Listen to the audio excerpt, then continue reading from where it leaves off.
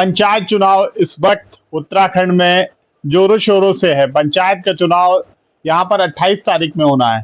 तो प्रत्याशियों की क्या तैयारी है? प्रत्याशी किस तैयारी के साथ, किन मुद्दों के साथ जनता के बीच में जा रहे हैं, हम जानने का प्रयास करेंगे। हमारे साथ आज मौजूद हैं मंजू नेगी। मैं हल्दू नायक 26 से क्षेत्र पंचायत सदस्य के प्रत्याशी हूँ। मेरा एक बार का प्रचार हो चुका है। मैं 5 साल से तैयारी कर रही हूँ। ये नहीं कि चुनाव आए तो मैं आगे आ गई। मैं 5 साल से तैयारी कर रही हूँ, सब लोगों को पता है। आपके क्या चुनावी मुद्दे हैं इस बार के? आप चुनाव में हैं तो चुनावी मुद्दे ये बिजली, पानी, सड़क मेन मुद्दा है।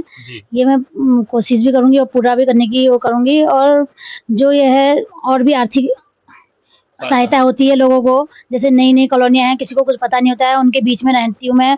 जैसे सरकारी काम हो उनके करवाती हूँ और आगे को भी करवाऊंगी। घर बैठे उन्हें कहीं जाने की जरूरत नहीं होगी। आपके अनुसार क्या लगता है, बीडीसी का क्या एक प्रमुख कार्य होता है? बीडीसी जो होता है उसका क्या ऐसा कार्य है जो जनता के लिए वो करता है?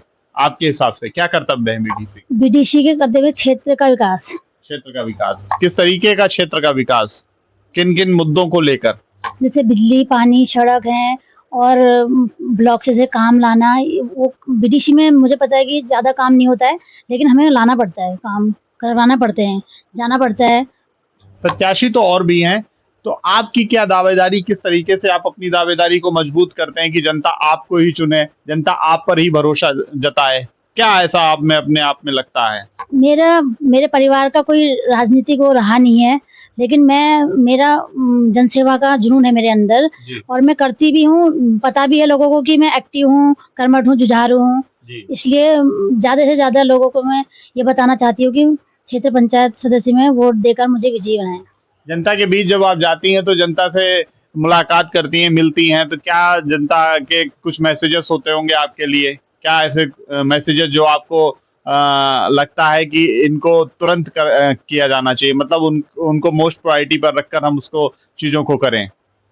उन्हें जिसे पता नहीं है उसे बताना चाहती हूँ। जिसे पता है वो तो उन्हें पता है कि ये संघर्षशील है, कर भी सकती है हमारे क्षेत्र के लिए। ऐसा नहीं है। मैं एक बार विदेशी सबको पद पाना है, लेकिन मुझे पद के साथ-साथ काम भी करवाने हैं, अपना नाम भी रोशन करना है, गाँव का भी नाम रोशन करना है। एक पद पाना ही मेरा उद्देश्य नहीं है।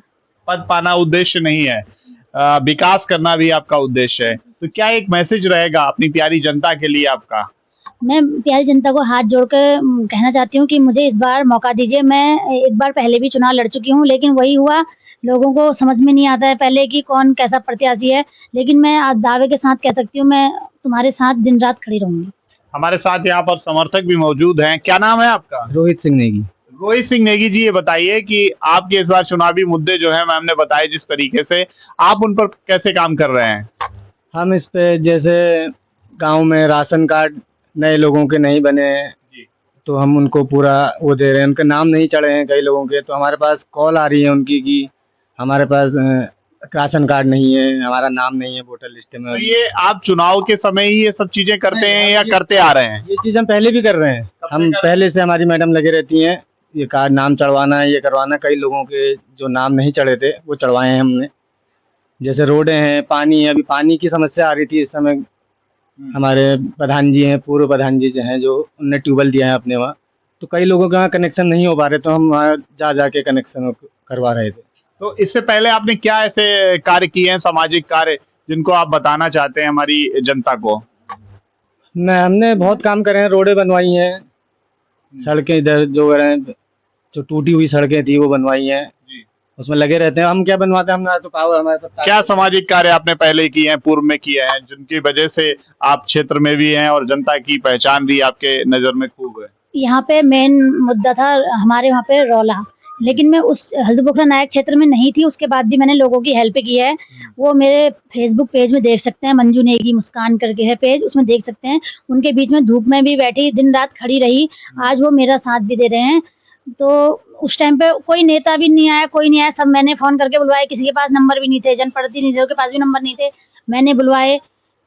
उनके साथ खड़ी रही मैं। जनता के साथ आप खड़ी रही? जी सर। और पानी में डूब रहे थे उस टाइम, किसी ने नहीं पूछा, लेकिन मैं उनके साथ खड़ी रही। आप जनता से दिली लगाव रखती हैं, तभी जनता आपसे भी दिली लगाव रख रही है। तो एक मिनट, राजनीति में आने का कारण कई लोगों का बहुत सा होता है, लेकिन आपका क्या कारण है? आप किस वजह से राजनीति में हैं? लगाव है जनता से या फिर पद की चाहत है? मुझे जनता से बहुत लगाव है। पद की चाहत मैं बिना पद के ही बहुत कुछ कर सकती हूँ, लेकिन पद होना भी ज़रूरी है, क्योंकि कहीं पे बीच में जाओ तो लोग बोलते हैं कि तुम क्या हो? हाँ। इसलिए मुझे पद भी ज़रूरी है। मैं राजनीति उसमें नहीं आना चाहती हूँ। बस जनता जो कहेगी उसमें मैं राज़ी हूँ। जनता के बीच में रहूँगी, ना राजनीति के लिए नहीं आई हूँ। लोग नेता ये वो पद का नाम ले रहे हैं, लेकिन मैंने अभी तक नहीं लिया। जी। जो काम कराएँगे मैं उस पद के लिए हूँ। जनता जना मिलेगा और क्षेत्र का विकास होगा। ठीक है। तो ये थी हमारे साथ, क्या नाम है? तो ये थी हमारे साथ मंजू नेगी, जिनके विचार तो उत्तम है, राजनीति करने का तरीका भी उत्तम है, क्योंकि चुनाव के समय कुछ प्रत्याशी उतरते हैं मैदान में, कुछ चंद दिनों की मेहनत के साथ वो अपने आप को जनता का सेवक बताते हैं, लेकिन इनका कहना है कि ये लगातार क्षेत्र में रहती हैं, लगातार जनता की समस्याओं को सुनती हैं और उन्हीं समस्याओं को लेकर आज इनको ये चाहत है कि इनको अगर पद मिलता है तो ये जनता की सेवक बनेंगी और जनता के सुख दुख में उसका साथ देंगी। देखते रहिए आप हमारा खास कार्यक्रम एक दिन नेताजी के साथ।